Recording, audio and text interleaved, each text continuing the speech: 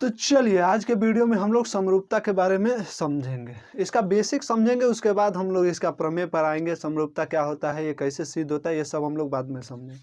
पहले पिछली क्लास में आप क्लास 9 में पढ़े होंगे सर्वांग समता, कॉन्ग्रुएंसी।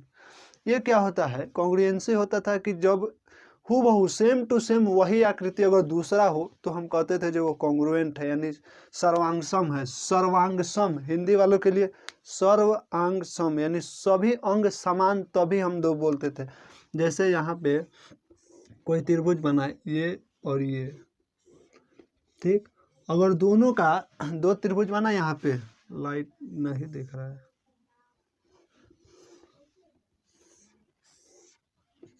मान लीजिए ये त्रिभुज है और दूसरा है ये त्रिभुज ए बी सी और P Q R, A B C और पी क्यू आर, ठीक। तो सर्वांगसम उसको कहते थे जिसका, चाहे कहते हैं, 9th में पढ़े इसलिए मैं पास्ट टेंस का प्रयोग कर रहा हूँ, ठीक है, कि यहाँ पे उस समय 9th में हम लोग पढ़े थे कि दोनों त्रिभुज सर्वांगसम कब होंगे, जब इसका सब चीज बराबर हो, तभी हम कहते थे जो वो दोनों त्रिभुज क्या है, सर्वांगसम है। सर्वांग सम यानी सभी अंग इसके समान हो, यानी प्रत्येक कोण के बराबर, प्रत्येक भुजा के बराबर। तो उस समय हम लोग कहते थे कि ये दोनों क्या है, दोनों त्रिभुज एक दूसरे के सर्वांगसम है, ठीक। लेकिन अब हम लोग क्लास 10वीं में पढ़ेंगे समरूपता। हाँ, समरूप यानी सिमिलैरिटी। सिमिलैरिटी क्या होता है, सिमिलैरिटी यानी समरूपता। तो समरूपता को समझने के लिए एक एग्जांपल देते हैं आपको। जैसे मैं जितना बड़ा हूँ उतना बड़ा फोटो तो नहीं आ रहा है, अभी वीडियो में आप देख रही होगा तो इतना छोटा सा स्क्रीन है, उसमें पूरा यहाँ तक आप पूरा देख रहे हैं। अगर हकीकत में रखें तो हाथ भी रखेंगे तो स्क्रीन से बड़ा हो जाए। तो ये जो फेनोमेना हो रहा है, ये जो घटना हो रहा है, ये फिगर जो है आप जो वीडियो में देख रहे हैं, हमारा जो पिक्चर, ये पिक्चर जो है हमारे शरीर के ही क्या है, समरूप है, सर्वांगसम नहीं है। क्योंकि उंगली मेरा इतना बड़ा है, हाथ इतना बड़ा है, लेकिन आपके वीडियो में तो इतना छोटा में सब दिख जा रहा है। तो ये क्या है, समरूप है, सर्वांगसम नहीं है। सर्वांगसम का मतलब पूरा सर्व अंग समान, यानी जैसा है वैसा ही। लेकिन जब हम लोग फोटो खिंचाते हैं या फिर स्टूडियो में जाके फोटो, तो इतना फोटो में आपका पूरा फोटो अच्छे से दे देता है। तो ये क्या है, ये समरूपता है। समरूपता यानी आपके जैसा रूप उसमें है, लेकिन आपके जैसा बराबर वो नहीं है। तो समरूपता में मतलब होता है कि समान रूप, दिखने में सिर्फ समान लगना चाहिए, वही हो जाएगा। अब ये तो एग्जाम्पल से हो गया। अब मतलब पाठ्य पुस्तक पर आते हैं कि उसमें क्या क्या चीज होता है, त्रिभुज में कौन सा ऐसा चीज है, कौन सा भुजा बराबर होगा या फिर कौन, तब उसको हम समरूप कहेंगे। वो अब हम लोग चलिए। त्रिभुज में दो त्रिभुज समरूप होगा, उसका 3 शर्त है। समरूप होने की शर्त, समरूप होने की शर्त, ठीक। समरूप होने का 3 शर्त होता है त्रिभुज में। क्या, पहला कि या प्रत्येक कोण समान हो, दो त्रिभुज हो, प्रत्येक कोण समान हो, प्रत्येक कोण समान हो, ठीक। यानी अगर दो त्रिभुज का प्रत्येक कोण समान है तो हम कह देंगे वो दोनों त्रिभुज क्या है, समरूप है। प्रत्येक कोण समान का मतलब ऐसा नहीं है सब एक ही होना चाहिए। देखो इधर समझाता हूं, यानी प्रत्येक संगत कोण समान हो, नहीं। अगर ये 50 है तो इसका भी ये कितना होना चाहिए, 50। अगर ये मान लीजिए 60 है तो ये भी कितना होना चाहिए, 60। 60 5 110, ये 70 है तो ये भी कितना होना चाहिए, 70। आप समझ गए होंगे कि हम क्या कहना चाहते हैं, प्रत्येक संगत कोण समान हो। अगर ऐसा लिखना चाहें, दो त्रिभुजों में प्रत्येक संगत कोण समान हो, ठीक, तब हम कहेंगे कि दो त्रिभुज क्या है, समरूप है। जब एक का दूसरे से वही कोण, संगत कोण बराबर हो जाएगा, तब हम कहेंगे जो दोनों त्रिभुज समरूप है। अगर इसका नाम देते ए बी सी और पी क्यू आर, तो हम कह सकते थे कि ए बी सी समरूप है त्रिभुज पी क्यू आर के। ये कब समरूप होगा, जब कोण ए बराबर मान लिया कोण पी है, कोण बी बराबर है कोण क्यू, और कोण सी बराबर है कोण आर, तब हम कहेंगे कि क्या है, ये दोनों त्रिभुज समरूप होने का दूसरा शर्त है कि यदि दो त्रिभुजों का संगत भुजा जो है अनुपातिक होगा तब भी दोनों त्रिभुज क्या होगा, समरूप होगा। और इसका अगर समरूप हो गया तो प्रत्येक कोण क्या होगा, बराबर होगा। देखो यहाँ पे क्या कर रहा है, दूसरा शर्त है कि संगत भुजा क्या होगा, अनुपातिक होगा। संगत भुजा अनुपातिक होगा। मैं यहाँ पर सिर्फ शर्त लिख दे रहा हूँ, इसका पूरा डिटेल आपको स्क्रीन पर दिख रहा होगा कि यदि दो त्रिभुजों की संगत भुजाएं अनुपातिक हो तो क्या होगा, दोनों त्रिभुज समरूप होगा और उसका सारा कोण, संगत कोण क्या होगा, समान होगा। जैसे अब देखो ये क्या कह रहा है, यदि दो त्रिभुज हो गया और उसका संगत भुजा अनुपातिक का मतलब समझो क्या कह रहा है, ये दो त्रिभुज है ये, ठीक, A B C P Q R, ठीक, दो त्रिभुज दिया। अगर हमको ऐसा भी दे दे कि ए बी बटा पी क्यू बराबर बी सी बटा क्यू आर बराबर ए सी बटा पी आर, कहे जो ये तीनों जो है आपस में बराबर हैं, तभी त्रिभुज ए बी सी क्या हो जाएगा, ए बी सी समरूप हो जाएगा त्रिभुज पी क्यू आर के। कहने का मतलब समझ गए, यानी ए बी बटा पी क्यू, बी सी बटा क्यू आर और ए सी बटा पी आर, अगर ये भी तीनों आपस में बराबर हो गया तो हमारा क्या होगा, ये दोनों त्रिभुज क्या हो जाएगा, समरूप हो जाएगा। ठीक, चलो तीसरा शर्त है, समरूप होने का तीसरा शर्त है कि यदि दो त्रिभुजों में एक कोण बराबर हो और उसे अंतरित करने वाली भुजाओं का अनुपात अगर बराबर है तो हम कह देंगे ये दोनों त्रिभुज क्या है, समरूप है। देखो यहाँ पे तो स्क्रीन पे दिख रहा होगा, यहाँ पे फिगर से समझते हैं।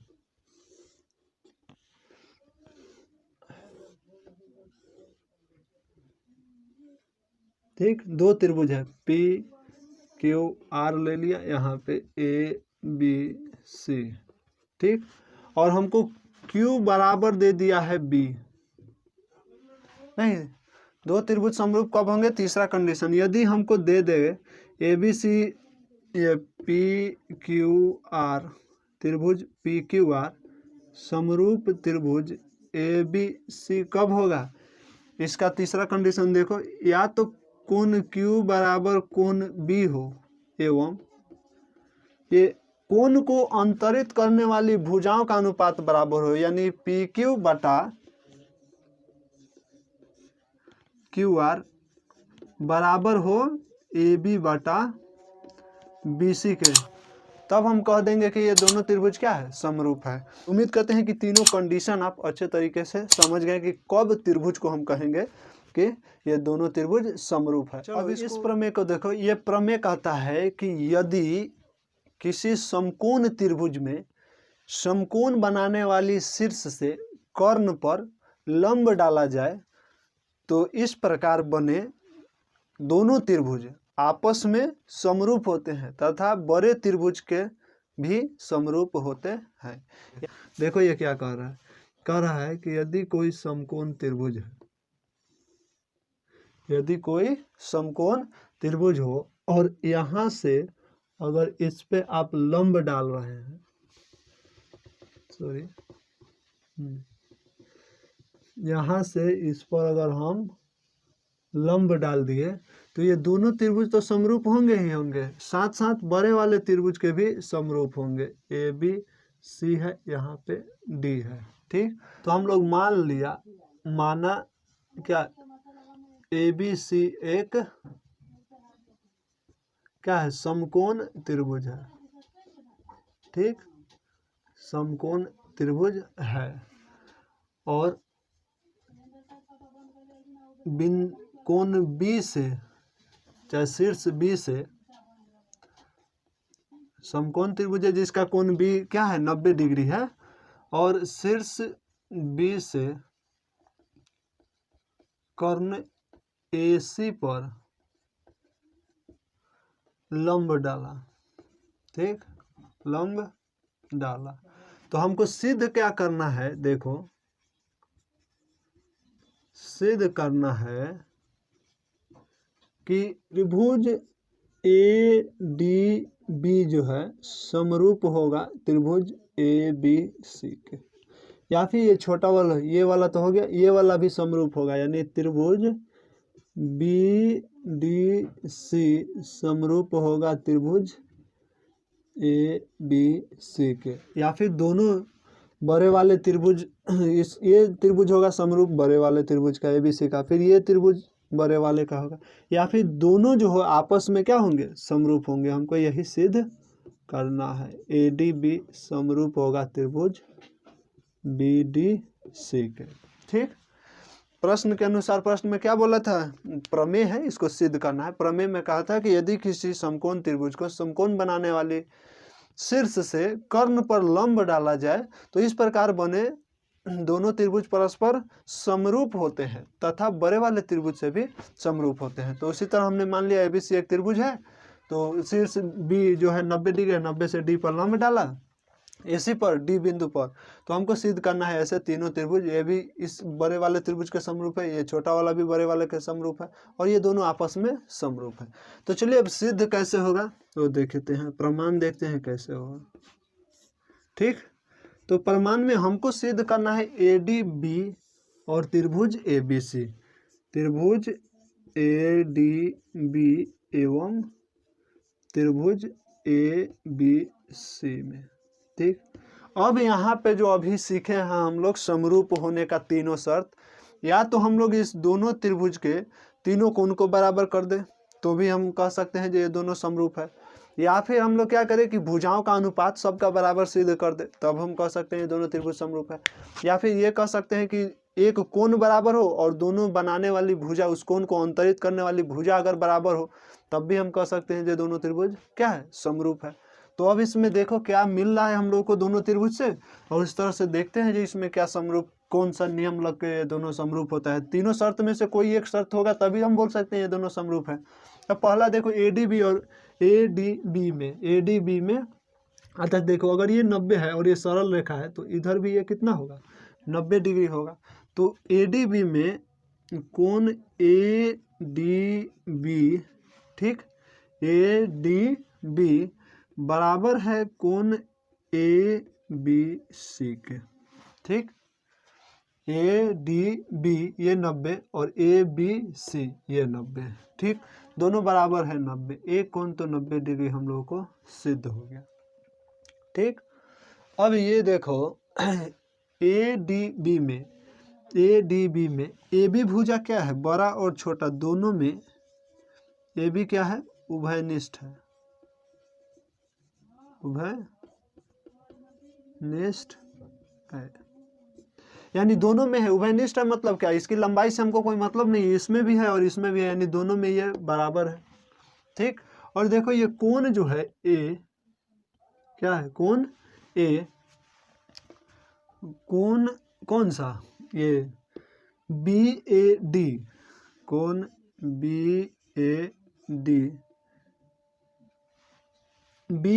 डी कहिए चाहे बराबर है ये कोण बी ए सी के, बड़े वाले त्रिभुज में दोनों में ही उभयनिष्ठ है, ये भी क्या है, उभयनिष्ठ है। तो जितना भी हो देखो दोनों त्रिभुज में हमने क्या किया, ये 90 था बड़े वाले त्रिभुज में, छोटे में ये 90 हो गया।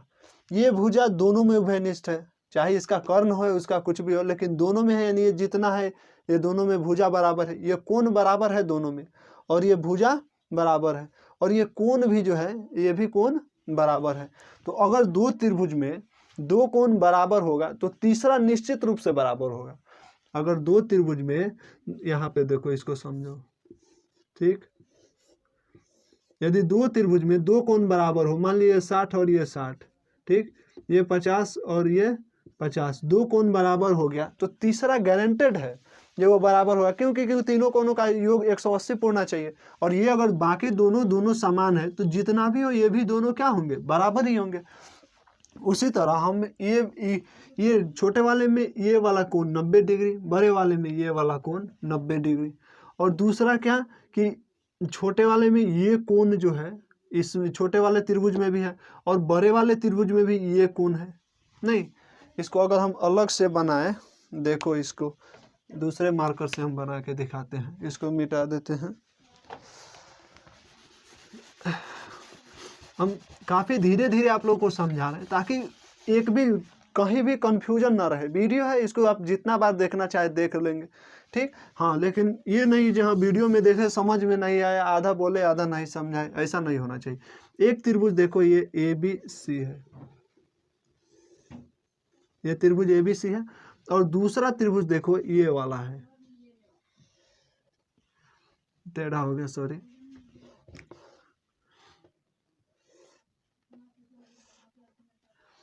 ये वाला है, देखो ये है ABC और दूसरा है ये BAD, ठीक। तो समरूप होने के लिए हम लोगों ने 3 शर्त पढ़ाई, या तो तीनों कोण बराबर कर दे, या फिर कोण को अंतरित करने वाली भुजाएं बराबर कर दे, इनका अनुपात बराबर कर दे, या फिर तीनों का भुजाओं का अनुपात बराबर कर दे। यही तीनों शर्त पढ़े हैं।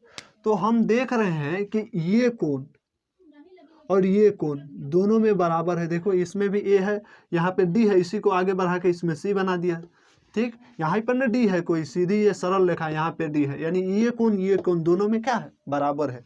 और ये हमारा कोण 90 डिग्री है, ये है 90 डिग्री। और हम आपको बताएं कि यदि दो त्रिभुज में दो कोण बराबर होगा तो तीसरा कोण गारंटेड है बराबर होगा। तो हमने कोण C बराबर कोण B भी हो गया। अगर दो बराबर है, दो इसका कोण बराबर है, तो तीसरा भी गारंटेड है, क्या होगा, बराबर होगा।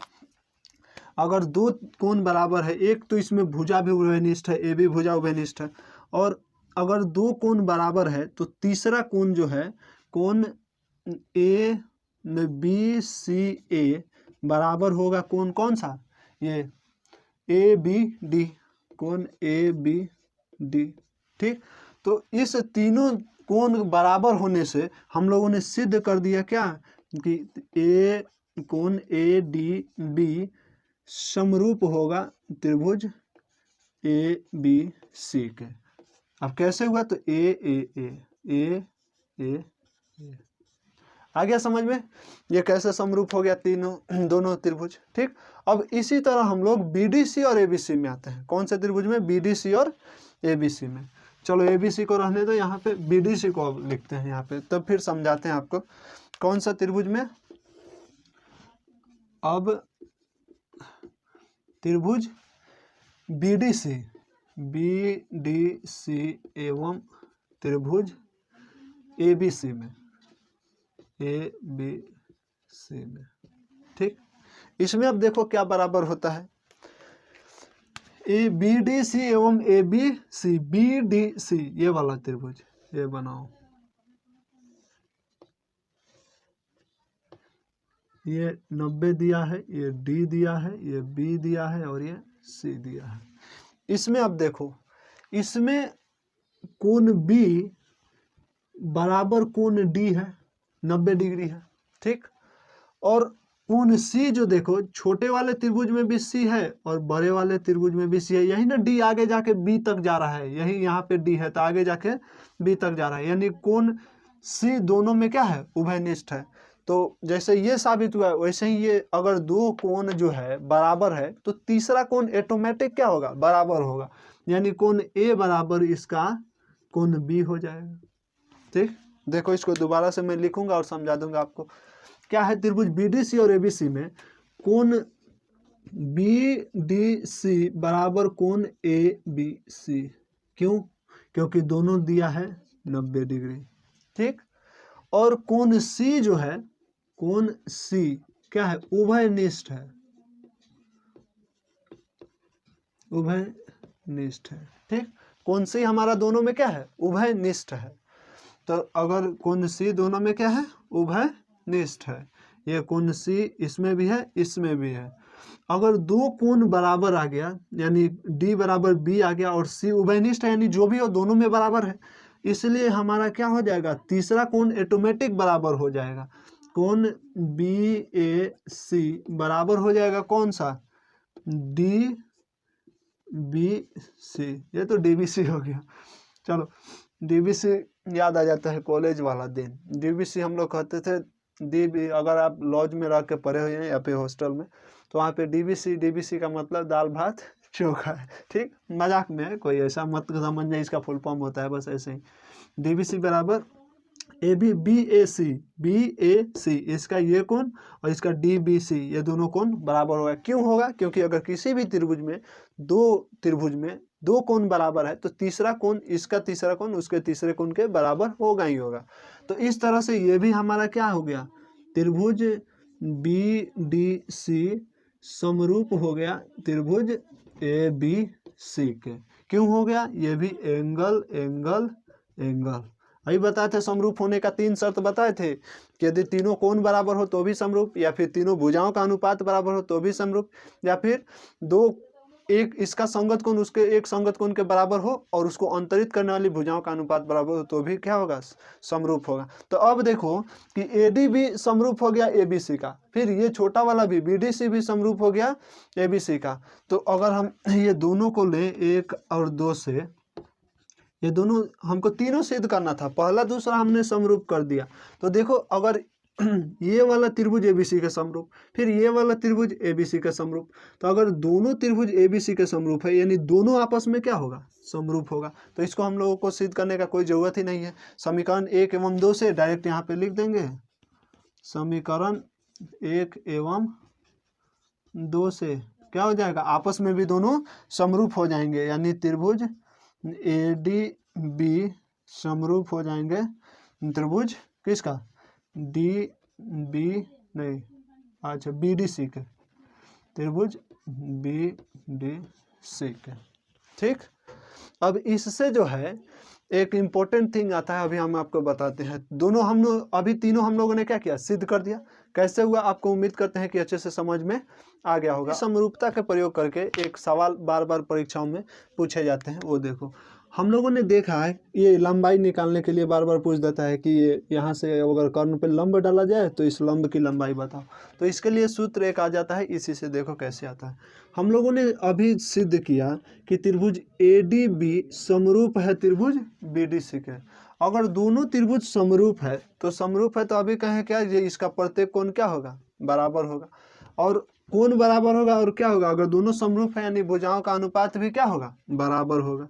तो ADB और BDC में इसका AD बटा BD, छोटे वाले इसका और इसका हम बात कर रहे हैं, तो इसका AD और इसका BD, इसका मान लो आधार ये त्रिभुज ADB का आधार AD और त्रिभुज BDC का आधार BD, यानी इस भुजाओं का अनुपात बराबर, तो इसका बटा ये आधार बटा ये आधार बराबर BD, इसका BD क्या है, लंब, और इसका BD, इसका लंब क्या होगा, DC। ठीक, ये अनुपात बराबर होगा। आगे अगर जाएंगे तो इसका कर्ण हम लेंगे AB और इसका कर्ण हम लोग लेंगे BC। अगर दोनों त्रिभुज समरूप है तो इसके भुजाओं का अनुपात बराबर होगा, यानी AD इसका ये आधार मान लेते हैं। आधार और लंब इसमें कंफर्म नहीं है, त्रिकोणमिति पढ़ेगा तब पता चलेगा, थीटा के अनुसार आधार लंब बदल जाता है। तो हम मान लिए इसका AD और ये आधार मान लिए, तो इसका भी BD आधार, दोनों इस भुजा और इस त्रिभुज में, एक ही त्रिभुज में नहीं बात कर रहे हैं हम लोग, जो इसका फिगर हम बना देते हैं अलग अलग, फिर आपको समझाते हैं। इस त्रिभुज में अलग अलग बनाते हैं, फिर आपको समझ में आएगा। फिर यही वाला ऐसा त्रिभुज है, इस दोनों त्रिभुज का हम बात कर रहे हैं, ये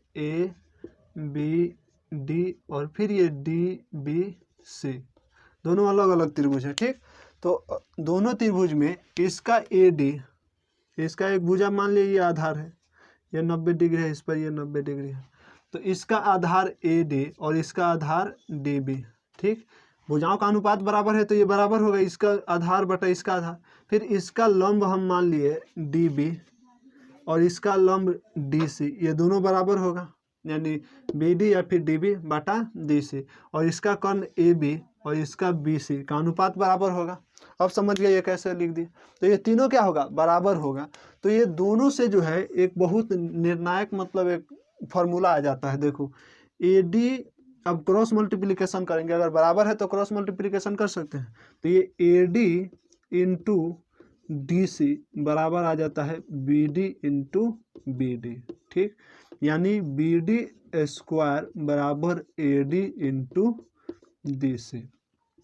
ये एक काफ़ी महत्वपूर्ण फॉर्मूला समझिए समकोण त्रिभुज में ये बार बार कॉम्पिटिटिव एग्जाम में भी जब पूछा जाता है डायरेक्ट इसका, तो उस समय आप क्या कीजिएगा, पूरा प्रमेय सिद्ध करके कीजिएगा नहीं, आप डायरेक्ट याद रखिएगा कि अगर किसी समकोण त्रिभुज में शीर्ष जिसका 90 डिग्री है उससे अगर हम कर्ण पर लंब डालते हैं तो उसकी लंबाई जो है उसके कर्ण को जो दो भागों में विभाजित करती है AD गुना DB का वर्गमूल होता है। देखो AD गुना DC, यानी इसकी लंबाई जो है BD स्क्वायर, इसका वर्ग जो है इसके दोनों के गुणनफल के बराबर होता है। ये भी आपको याद रखना होगा। यदि समकोण त्रिभुज के समकोण बनाने वाले शीर्ष से कर्ण पर अगर लंब डाला जाए तो उसका लंबाई का वर्ग जो है कर्ण को विभाजित किए गए दो भागों के गुणनफल के बराबर होता है। तो यानी BD स्क्वायर बराबर AD इंटू DC। ठीक, तो आज के वीडियो में इतना ही। उम्मीद करते हैं कि लंबा वीडियो हो गया होगा थोड़ा तो भी, लेकिन हाँ ये चीज़ है समझ में आपको जरूर आ गया होगा। उम्मीद करते हैं पूरा का पूरा एक भी कॉन्सेप्ट, एक भी थोड़ा सा भी मैंने स्किप नहीं किया है ताकि हाँ यहाँ पे आपको दिक्कत हो। एक एक टर्म हम आपको काफ़ी आसानी से समझाने की कोशिश किए हैं। तो उम्मीद करते हैं कि आज का वीडियो आपको अच्छा लगा होगा। अगर वीडियो अच्छा लग रहा है तो वीडियो को लाइक कीजिए, अपने दोस्तों में शेयर कीजिए, और हाँ चैनल पर नए हैं तो चैनल को सब्सक्राइब कर लीजिए। फिर मिलते हैं अगले वीडियो में। अगले वीडियो में हम लोग ये एक प्रमेय है कि यदि दो त्रिभुज समरूप हो तो उनके क्षेत्रफलों का अनुपात जो है उनके भुजाओं के वर्ग के अनुपात के बराबर होता है। तो वो हम लोग कैसे होता है वो सिद्ध करेंगे। उसके बाद पाइथागोरस, उसके बाद त्रिभुज खत्म। ठीक, तो मिलते हैं अगले वीडियो में। तब तक खुश रहिए, खुशियाँ बांटते रहिए।